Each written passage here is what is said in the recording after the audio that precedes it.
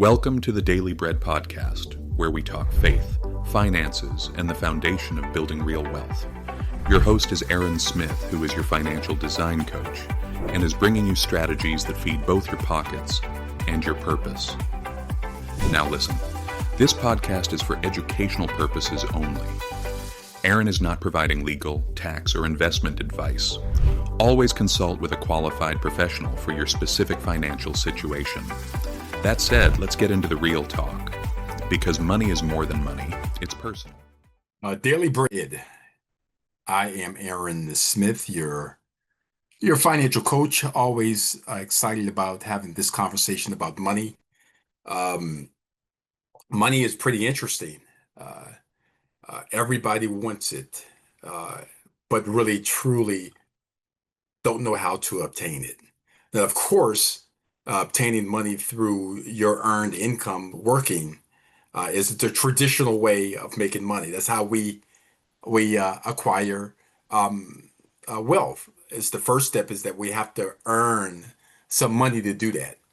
And the way we generally earn money, or the idea behind earning money, is basically if the higher education I get, the higher degrees I have, typically the more money that I'm going to make. Not always, but typically.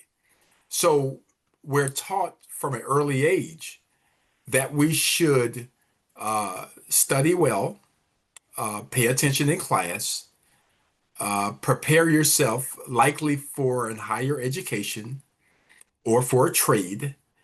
And once you do that, you're likely going to find yourself with a efficient job that you could work for or work in for many years.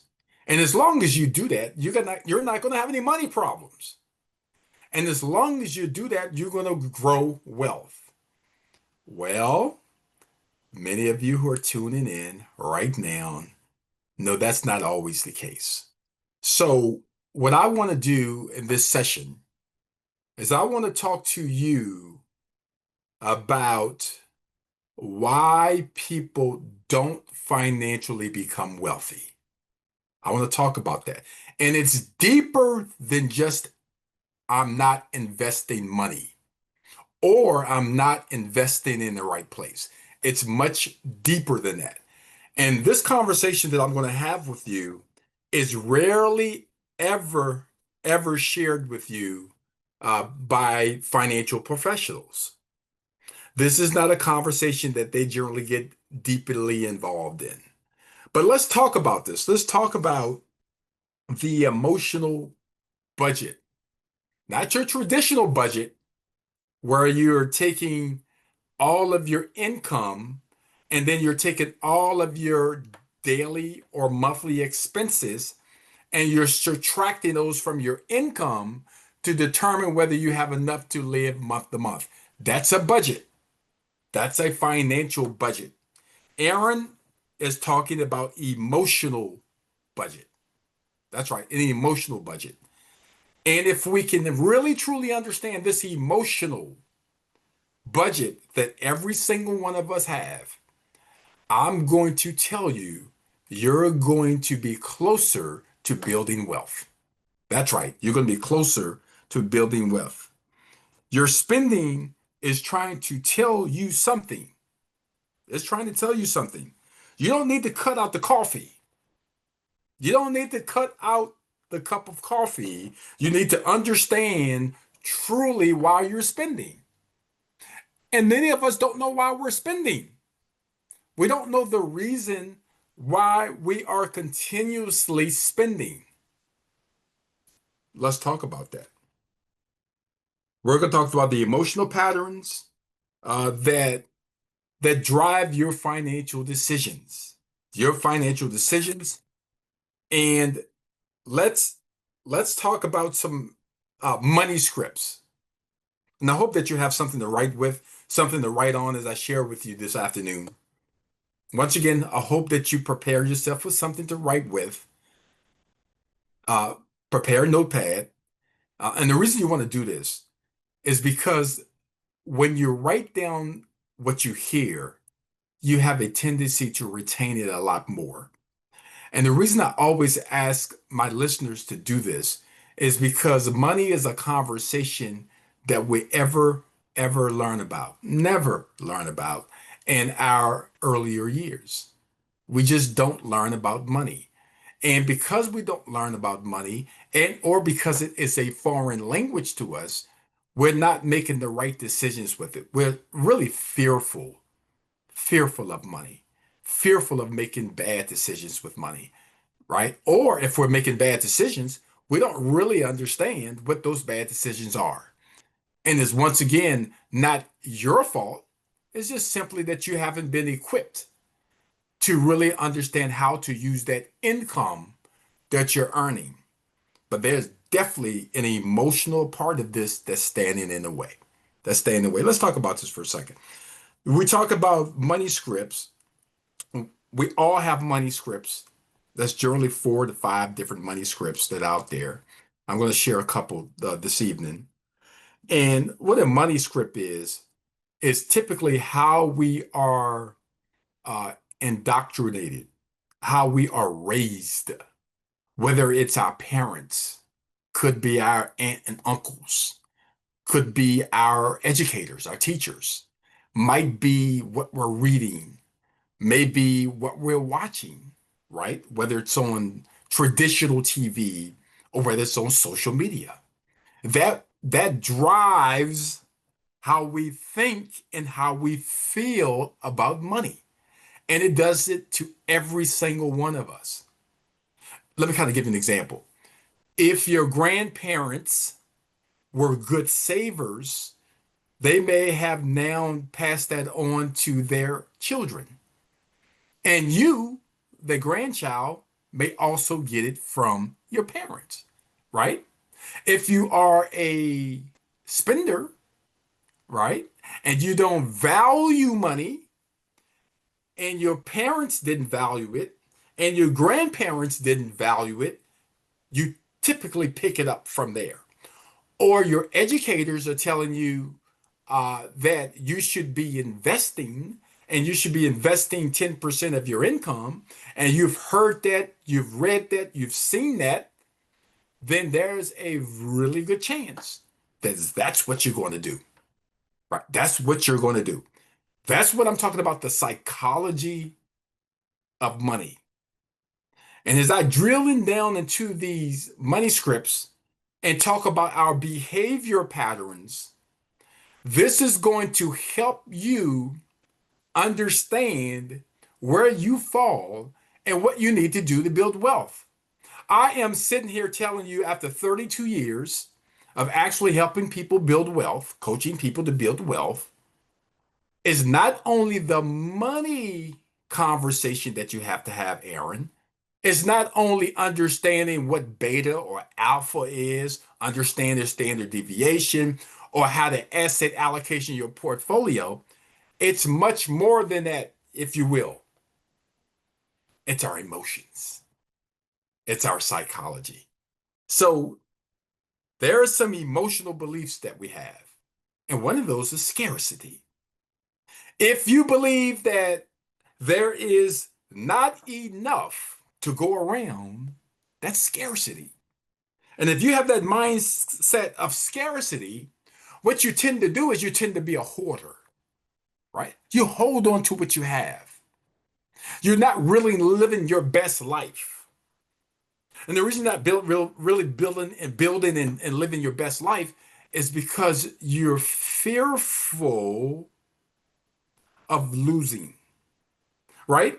The scarcity thing. There's not going to be enough to go around, Aaron. So I'm going to hold on to what I have, right? And let me be clear with these different scripts that I'm going to talk about. I'm going to talk about this for just one moment. All of us have money scripts, and many of us have multiple money scripts as I go over these. These money scripts are nothing to be embarrassed about. They're simply something that you want to be aware of so that you can start to practice on what you are aware of. That's keeping you from building the wealth that you deserve. And why I'm so happy about having this conversation is because most people don't have this conversation. We don't have this conversation. And I think it's important that you understand what your money scripts are so that you can start to address these money scripts. So scarcity is a money script. It's a money script. It tends to lead us to hoarding. Hoarding because we don't think there's enough. Where did you pick that up from? Think about that for a moment. Okay. And if you don't think that you don't have enough, or there is not enough, then what you're not going to do is you're not going to invest that the appropriate way to build wealth. You're going to you're going to take it and you're going to hoard it over here in your savings account or in your money market account or in your house. Mm-hmm. Yeah. Mm-hmm. And you're safe at home under your bed, right? You're going to hoard and you're not going to get the returns that are important simply because you believe that there's scarcity. There's another money script, wealth. Wealth, right? People, many of us view wealth as measuring our self-worth. Our self-worth. Think about that for a second, right? Right? And your self-worth, it tends to lead to overspending. So we equate wealth with overspending. We don't equate wealth with building assets. We equate wealth to, once again, spending. So we have a tendency to overspend, right? Aaron, I love to spend. I like to spend. When I get in a situation or emotional situation I don't feel comfortable, I go spend. I receive my paycheck, and the first thing that I do is I go spend, right? I go spend. That is a money script of wealth, the measure of our self-worth. Where did you get that from? Think about that for a second. Where did you get that money script? It doesn't automatically happen. None of these money scripts do. But you want to be aware of it and you want to create some strategies to help you to work on your money scripts. All right? Here's another money script. Pressure to succeed. Belief that anyone could succeed as long as they work hard. Rags to riches. Anybody can go from rags to riches. Anybody. That's a money script. That's a belief. Some of us, some of you, you believe that as long as you are working hard, you have the ability to get yourself out of poverty. And you have the belief that not only that you're going to get yourself out of poverty, but you can be as successful as I am. This is nothing but a money script. And matter of fact, that is so untrue. That is so untrue. Working hard doesn't lead to building wealth.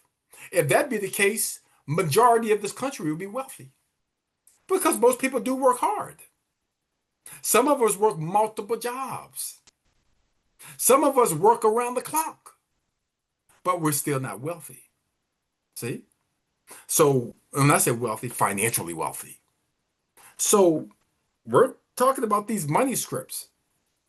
Money scripts are something, right? Okay. Another money script. It's not, I'm not me if I can't keep up with the Joneses.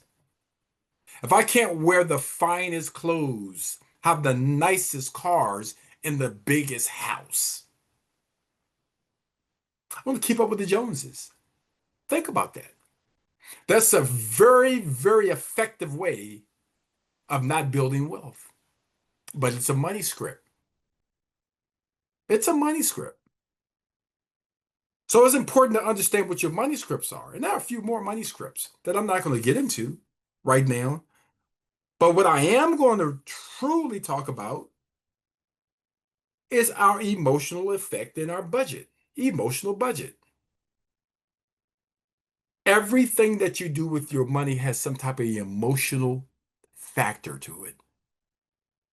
Everything that you do with your money has an emotional factor to it. So you're making a high income. You're making six figures. You're making high six figures. And you're wondering, why am I living paycheck to paycheck? You're wondering, why don't I have enough? You're wondering, why do I have too much? See? And the reason is because you are abiding by your money scripts. You're abiding by your emotional budget. Once you're able to identify and manage your money scripts, this is what happens. You don't worry anymore. You're not stressed anymore. You're happy. You're comfortable. You maintain your independence. You have a stronger relationship with your family. You have peace of mind. You have stronger relationships with your God. See, all these things happen when you're able to manage your money scripts. When you're able to manage your money scripts. And now that you're better with handling your money scripts, there's some behavioral factors that are connected to the psychology of how we manage our money. There are some. Mainly two. Mainly two. One is loss aversion. What you think about this for a second? Loss aversion. You prefer to avoid losses than receive an equivalent return. You prefer to avoid losses. That's your preference. Versus the ability to earn equivalent returns based on the risk. See, I will tell you, after doing this for so many years and still sitting down with individual clients and business clients, the two things that keep them from truly building the wealth that they desire and deserve is loss aversion and overconfident. So let's talk about, once again, this loss aversion. Aaron, I'm not going to invest in the stock market because I'm going to lose money. I'm not going to invest in Coca-Cola. I'm not going to invest in Microsoft. I'm not going to invest in Exxon. Aaron, I'm not going to invest in Capital One. What's the purpose, Aaron, of me investing in Procter and Gamble? See, Aaron, why should I be investing in Nike? Aaron, I'm just not going to do it, man. I'm not going to do it. I'm not going to invest in Disney. See, Aaron, I don't want to lose anything. I can't afford to lose anything. So I'm not going to invest in the best of America, right? Not let alone that I'm going to invest international. I'm not going to do that. I'm not even going to invest right here in this country. And I'm not going to invest in some of the finest companies that are out there. I'm not going to do that because I fear loss. I fear that I'm going to lose my money. That's lost aversion. Oh, but on the flip side of that, Aaron, I don't mind spending my money with these companies. See? I want you to think about this for a moment. See, I don't mind buying my kids Nike. And I don't mind using toilet paper and tissue from Procter& and Gamble. I'll do that. I don't mind eating Kellogg cornflakes. I'll do that, Aaron. I don't mind stopping at the gas station and putting Exxon in or Chevron. I'm going to do that. See, I'm going to do that. I'm going to do it every single day. I don't mind taking my kids and my grandkids to Disney. I'm going to do that. hmm I don't mind being a consumer. Consumerism is okay with me. But I ain't going to put my money in that stock market because I don't want to lose any money. But what you're doing as a consumer, what you're doing as a consumer, you're allowing those who invest in those same companies that you spend your hard-earned money with, you allow them to get wealthy in the stock market. But yet you don't want to invest in the stock market because of the loss aversion that you have. That's your behavioral finance. Part of your behavioral finance. See, when you are a consumer, you will never win financially. You'll never reach the successes financially that you want because all you're doing is consuming. You're not benefiting from ownership. You don't own Nike. You don't own Procter and Gamble. You don't own Kellogg. You don't own Apple. You have no ownership in none of these companies. And because you don't have any ownership in these companies, or technically you're not a shareholder in these companies, you don't benefit from the profit that they make from the consumerism that you use every single day in your household. And then what you're doing when you do that, you're taking that money script that you have and you're passing that money script to your kids without even knowing it. You don't even really realize it, but you're passing that money script right to them. And they will have the tendency to do it exactly what you do, which is only consume and not own. See, that's behavioral finance. It's our behaviors, if you will, that do not allow us to maximize on our wealth. It's our behavior that doesn't allow us to maximize our value system. See, because you can't maximize your value system if you don't have the wealth. If you don't have enough, you can't maximize your value system. You got to have enough to maximize the value your value system. Okay? I've never seen anybody maximize their value system if they don't have money. I've had so many people say, Aaron, I would love to just separate from my employment and be able to put more of my time in the church. I want to put more of my time in the community.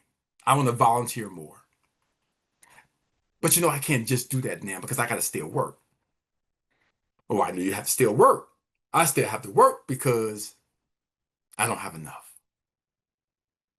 I don't have enough money to live off. My next session is going to be on multiple streams of income. Okay, multiple streams of income. That's going to be my next session. But the point that I'm making is that loss aversion, that behavioral that you have, is nothing but what we call fear. You're fearful. You're fearful to invest in the equity markets or the stock market. Many times you're fearful of this because you've never done it. We have a tendency to be very uncomfortable with what we haven't done. Or you may have done it and it didn't work for you. And the reason that it didn't work for you, watch this. The reason that it didn't work for you because you didn't do it the right way. That's why it didn't work for you. It works. It works. But it didn't work for you because you didn't do it the right way. Okay? All right? So our behavior, our lost aversion, is one of the critical reasons why we don't build wealth. There's another reason. A common bias where individuals believe that they have more knowledge and they're smarter and they can get better outcomes because of their intelligence. They just think that they're better doing it on their own. That's called overconfidence. I have seen many individuals lose wealth because of overconfidence. I've seen individuals choose the wrong investment strategies, choose the wrong investments because they're overconfident. In other words, overconfident means I know better. I know it all when it comes to this stuff. I know better.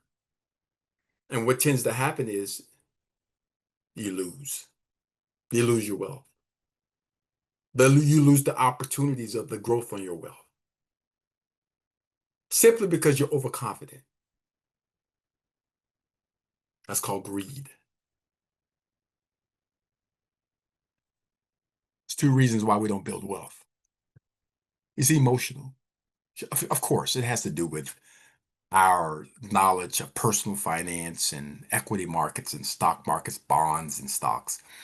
That has something to do with it. But that's not the main reason, see, because you could learn those things. The main reason, the main reason, because of your behavior. And it's only two: risk averse, fear; overconfidence, greed. Fear and greed does it every single time. Now, lots of folks say, Aaron, why should I hire a financial planner? Why should I hire a financial advisor? The reason you should, and you ought to, and you should run to do this. You should run to do this. Make sure you get a good one, the right one you can trust, but you should run to do this. Because what the financial advisor is going to do, not only help you with the understanding of the terminology and strategically plan your personal goals, but they're going to manage your behavior. They're going to tell you when you're too conservative or fearful, and they're going to help you through that. And they're going to tell you when you're too confident and or greedy, and they're going to help you manage that. And by helping you manage that, that alone brings the value of that financial advisor. That's right. That's right. It's the value. See, because what happens is that a lot of us get our financial information from other sources. We get it from magazines. We get it from social media. We get it from traditional media. We get it from our family, our friends, our colleagues. We're getting this information from them. And trust me, they have this behavioral, financial issues going on as well, along with the money scripts. So if you're having a conversation with your brother and your brother is fearful, he's going to make you fearful. If you're speaking with your sister and your sister's overconfident, she's going she's going to make you overconfident. What is Aaron saying? What she's going to do and what he's going to do, they're going to give you inappropriate advice because of their behaviors. And they're going to give those to you because they love you. See? They're going to inform you what works based on them. And that hardly ever works because they don't know your financial situation. They don't know your money scripts. They don't know your money behaviors. Most important, they don't even know your assets and your income and your risk level and your personal financial goals. See, look here, as I close out this evening, the emotional budget, the emotional budget is unfortunately keeping you from maximizing on your wealth. It's keeping you from maximizing on your wealth. And that's what it's all about. See, ladies and gentlemen,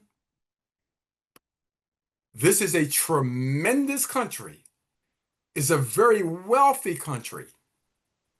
You absolutely should be maximizing your wealth from the income that you're earning. And you should be maximizing in a way that in the future, short or near, or long future, you should be able to successfully live your best life. You deserve to live your best life. But in order to do that, you must understand that you have money scripts and you have behaviors. Recognize your money scripts. Work on your money scripts. And when it gets down and you're ready to start to sit there and plan your financial life out, don't go to a non-professional. Go to a professional. God bless. I'm Aaron Smith, your financial design coach. I look forward to talking to you next time. We'll see you now.